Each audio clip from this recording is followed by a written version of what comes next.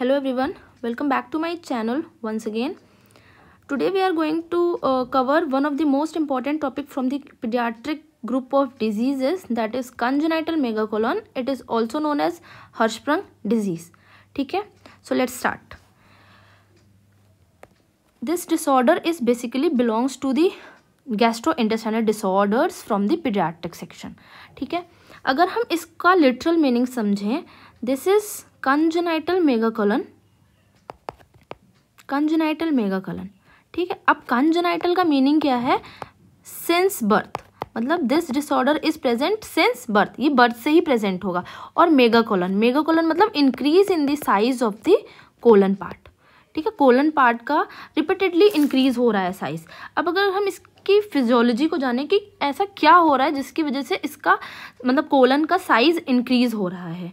ठीक है, तो इसका बेसिकली रीज़न ये है कि इसमें पेरिस्टाल्टिक मूवमेंट ना हो पाने के कारण कॉन्स्टेंटली जो फीकल मैटर होता है वो कोलन वाले पार्ट में एक्यूमुलेट होता रहता है, जिसकी वजह से इसका परसिस्टेंटली साइज इंक्रीज हो जाता है. ठीक है, तो इससे एक बात समझ में आ गई कि इसमें पेरिस्टाल्टिक मूवमेंट नहीं होता है. इसमें पेरिस्टाल्टिक मूवमेंट नहीं होता है. अब आपके दिमाग में क्वेश्चन उठ रहा होगा कि what is peristaltic movement. Peristaltic movement is rhythmic movement in the alimentary tract. ठीक है, हमारे जो एलिमेंट्री कैनाल है या एलिमेंट्री ट्रैक्ट है उसमें एक रिदमिक मूवमेंट होता है जिसको हम लोग पेरिस्टाल्टिक मूवमेंट कहते हैं हम लोग. ठीक है, बेसिकली जो कंजेनाइटल मेगाकोलन डिजीज़ है ये कौन से वाले पार्ट को इफेक्ट करता है, मतलब इंटेस्टाइन का कौन सा पार्ट इसमें अफेक्टेड होता है, तो इसमें रेक्टोसिग्मोइड वाला पार्ट अफेक्टेड होता है. ठीक है, मतलब अब ये पूरे कोलन को नहीं इन्वॉल्व कर रहा है, ये कौन से पार्ट को इन्वॉल्व कर रहा है? रेक्टोसिग्मोइड कोलन. ठीक है, अगर कोलन की बात करें, दिस इज असेंडिंग कोलन. ठीक है, this is ascending colon, this is transverse colon and this one is descending colon and this part is rectosigmoido colon. ठीक है, then this is rectum and last one is anus.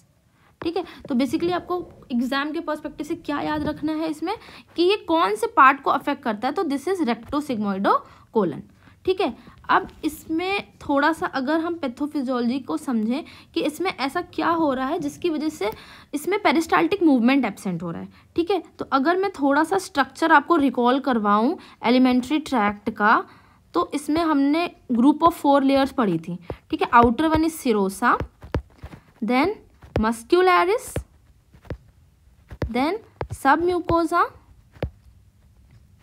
Then mucosa. ठीक है, ये 4 group पढ़े थे हमने. बहुत depth में एनाटॉमी में डिस्कस करेंगे. अभी हमारे लिए इंपॉर्टेंट क्या होता है कि मस्क्यूलरिस. ठीक है, जो मस्क्यूलरिस लेयर है दिस रेगुलेट्स पेरिस्टाल्टिक मूवमेंट. अब पेरिस्टाल्टिक मूवमेंट ये करवा रही है तो इसमें कुछ ऑटोरिदमिसिटी जो है वो कुछ ग्रुप ऑफ नर्व्स की वजह से होगी. तो अब वो जो कुछ ग्रुप ऑफ नर्व्स होती हैं जो इसमें रिदमिक मूवमेंट जनरेट करवाती हैं उसको हम बोलते हैं माइंट्रिक प्लेक्सिस.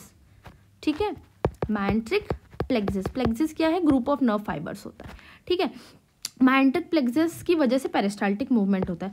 तो बेसिकली कंजेनाइटल मेगाकोलन में क्या होगा, ये जो माइंट्रिक प्लेक्सिस होते हैं दिस इज एब्सेंट. ठीक है, ये एब्सेंट होते हैं. अब माइंट्रिक प्लेक्सिस ना होने की वजह से there is no peristaltic movement.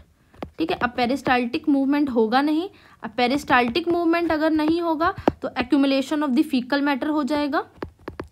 Faecal matter constantly accumulate हो जाएगा जिसकी वजह से क्या होगा, increase in the size of the rectosigmoid colon. ठीक है, increase in the rectosigmoid colon. So ये था पूरा पैथोफिजियोलॉजी कि इंक्रीज इन द साइज आपको क्यों देखने को मिल रहा है रेक्टोसिग्मोइड वाले पार्ट में. ठीक है, अब हम एक नेक्स्ट स्टेप में जाते हैं, कॉज के बारे में डिस्कस करते हैं कि ऐसा क्यों होता है. कंजेनाइटल मेगाकोलन का कॉज क्या है बेसिकली, तो देखिए कॉज इज इडियोपैथिक. इडियोपैथिक मतलब कॉज इज अननोन.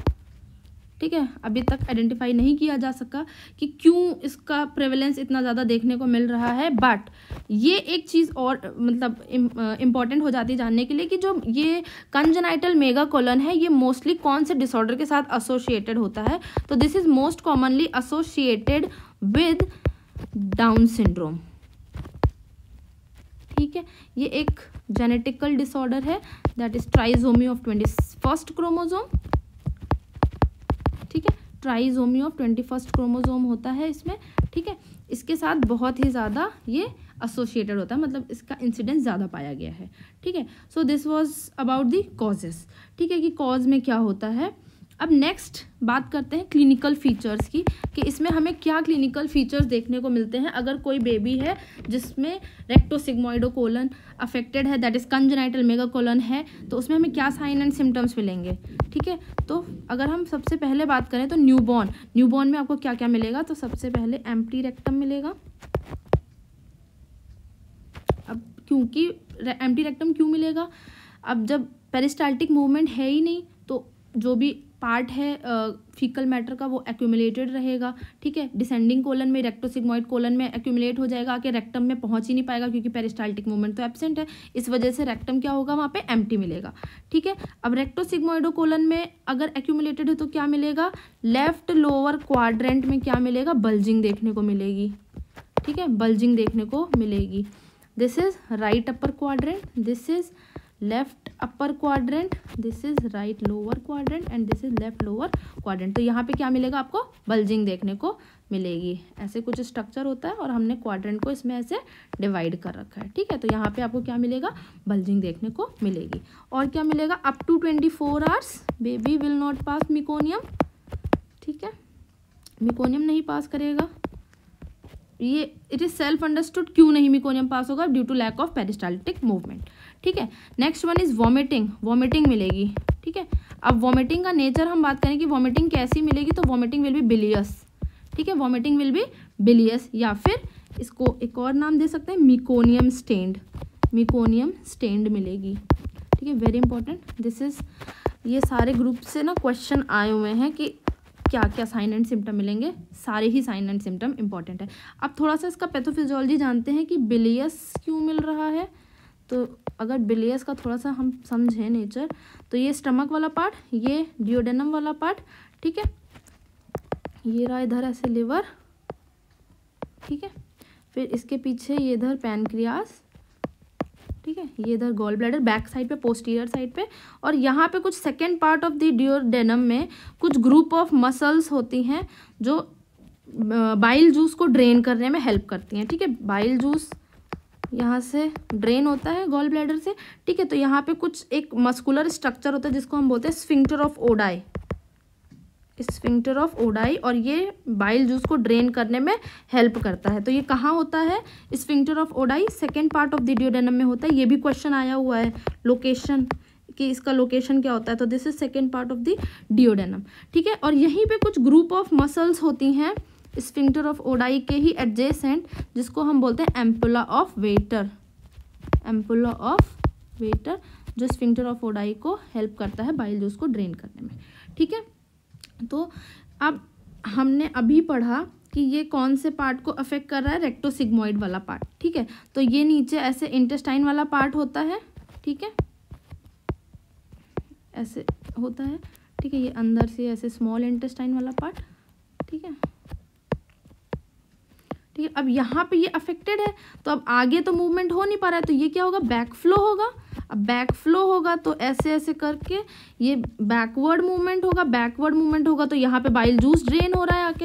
अब बाइल जूस ड्रेन हो रहा है तो ये पूरा जो कंटेंट होगा वो बाइल से मिक्स होते हुए माउथ से एग्जिट होगा। अब माउथ से एग्जिट होगा तो बाइल के साथ मिक्स होके एग्जिट होगा, तो इसीलिए जो वॉमिटिंग होगी उसका नेचर कैसा होगा, बाइल स्टेन्ड होगा, दैट इज बिलियस वॉमिटिंग, ठीक है।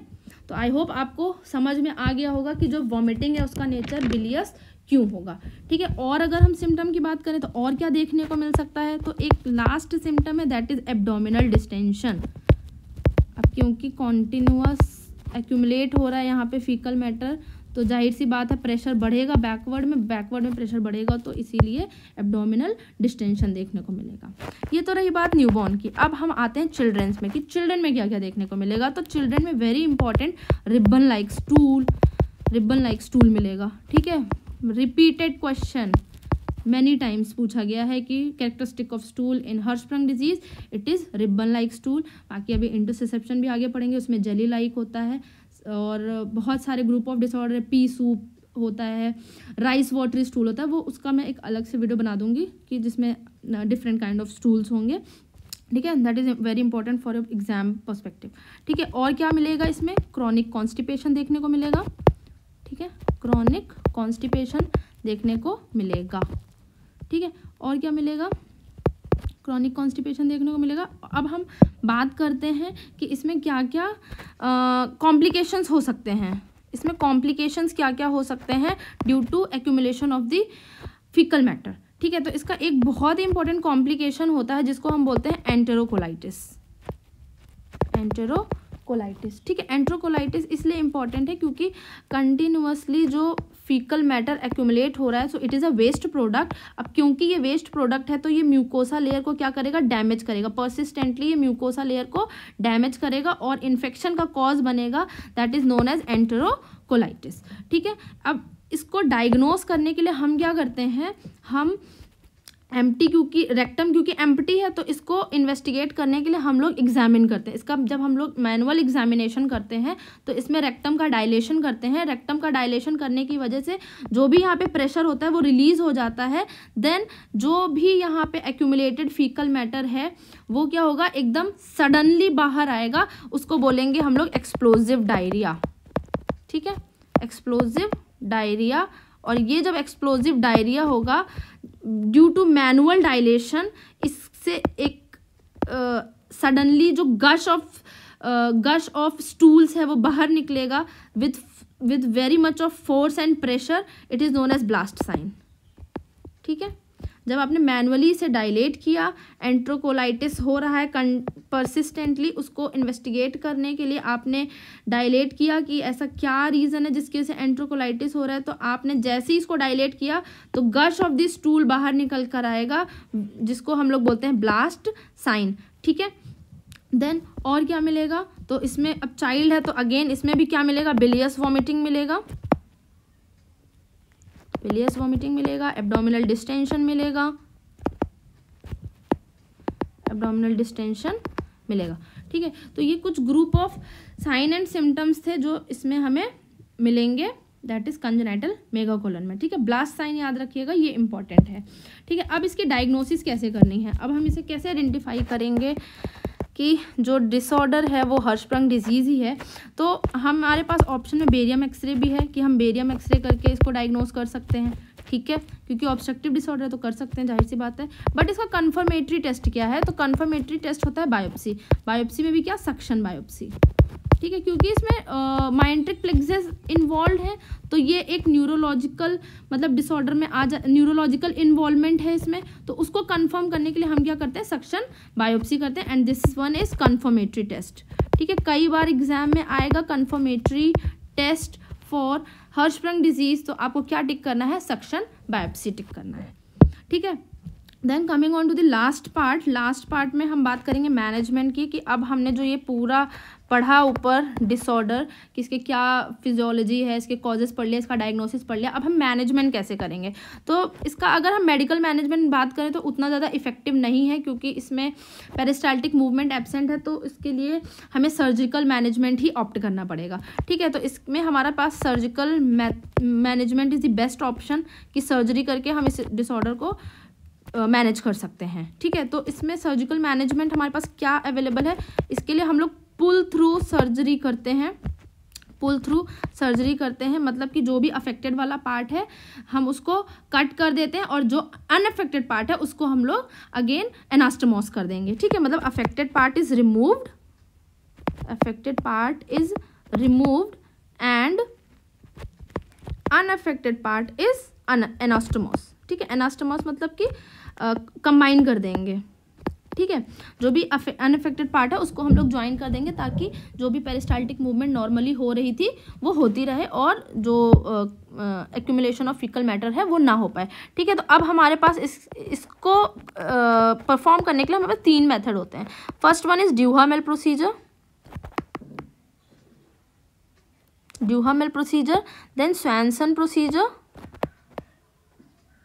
and last one is Sove's procedure,